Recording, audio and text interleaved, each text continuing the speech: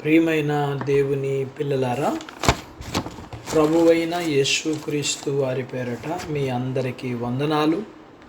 ప్రభువు పేరట మీ అందరికీ శుభములు, దీవెనలు కలుగునుగాక. ఈ ఉదయకాలం పరిశుద్ధ గ్రంథము నుండి దేవుని వాక్యాన్ని చదువుకుందాము.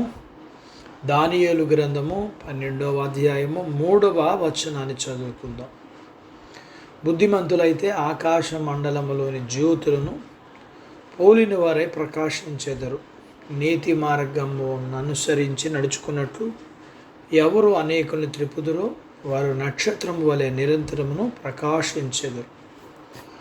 దేవుడు తన మాటలు మనందరి కొరకు దీవించునుగాక. ఆమేన్. ప్రియమైన దేవుని పిల్లలారా, ఈ మాటలు మనల్ని మేలుకొలుపుతాయి.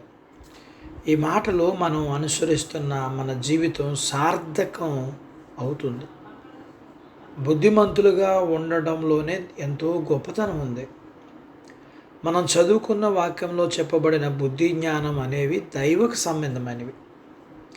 వాటిని ప్రభువు మాత్రమే అనుగ్రహిస్తాడు. అటువంటి బుద్ధి జ్ఞానములు పొంది మన గురించి మనం తెలుసుకోగలిగితే, మన దేవుని గురించి, మన రక్షకుని గురించి పూర్తిగా తెలుసుకోగలిగితే చాలా బాగుంటుంది.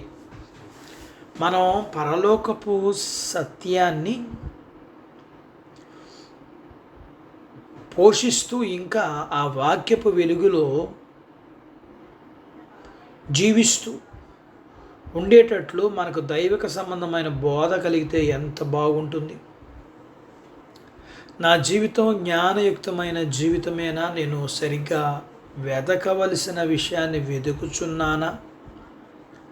నా మరణ సమయానికి నేను చేరుకున్నప్పుడు నేను వెనకకు తిరిగి నా జీవితాన్ని చూసి సంతోషపడేలా నా జీవితం ఉందా? అలాంటి బుద్ధి జ్ఞానాలు మాత్రమే మనకు నిత్య మహిమనిస్తాయి.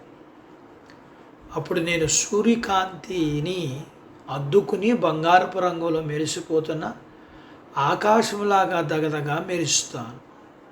అనేకులను దేవుని వైపు తిప్పి ఆత్మలు సంపాదికనగా ఉండే మహిమకరమైన సాధనము మనము. ఒక వ్యక్తినైనా నీతి మార్గంలో నడిచేటట్లుగా తిప్పడానికి నేను తప్పనిసరిగా బుద్ధిమంతున్నై ఉండాలి. మరి అనేకులు తిప్పడానికి మనకి ఇంకెంత జ్ఞానములు అవసరం. దేవుణ్ణి గూర్చిన, మనుషుల్ని గూర్చిన, వాక్యంను గూర్చిన, క్రీస్తుని గూర్చిన జ్ఞానం కావాలి. అలాంటి జ్ఞానం మన పొరుగున వ్యక్తికి ఇంకా మరెందరినో దేవుని వైపు తిప్పడానికి మనకు ఉపయోగపడుతుంది. ఈ జ్ఞానం కొరకు మనల్ని మనం సమర్పించుకుందాం. దీన్ని సంపాదించుకునే వరకు విశ్రాంతి కోరవద్దు. ఇది మనల్ని నక్షత్రంలాగా చేస్తుంది. ఒక ప్రకాశవంతమైన నక్షత్రంగా చేస్తుంది. నిరంతరం ప్రకాశించే నక్షత్రంలాగా చేస్తుంది. అవును, అనేక నక్షత్రాల కన్నా మనం నిరంతరం ప్రకాశిస్తాం. అట్టి భాగ్యత దేవుడు మనకు దయచేయునుగాక. ఆమేన్. దేవుడు తన మాటలు మన కొరకు దీవించునుగాక. ఆమేన్.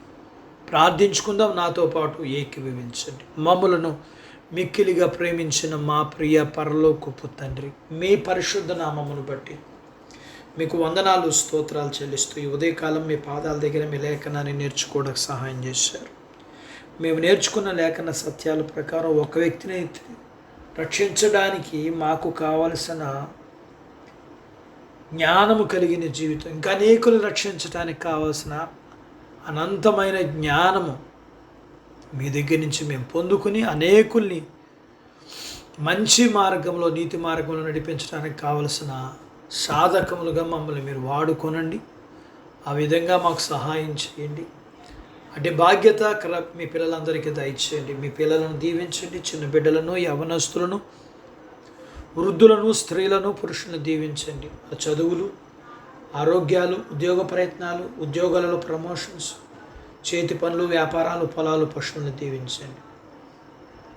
వివాహాలు కాని వారికి అవటానికి, గర్భఫలములు లేని వారికి గర్భఫలములు, గర్భం కలిగిన వారికి సుఖమైన ప్రసూతి అయిన తల్లి పిల్లలకు ఆరోగ్యాలు, మీ పిల్లల అవసరాలు, సమస్యలు, బలహీనతలో ఉన్న రుణాలు తీర్చి మీ పిల్లలను దీవించమని యేసు ప్రభు వారి పేరట స్తుతించి ప్రార్థించి అడిగినవన్నీ పొందుకొని ఉన్నాము తండ్రి. ఆమెన్. దేవుడు మిమ్మల్ని దీవించునుగాక. ఆమెన్.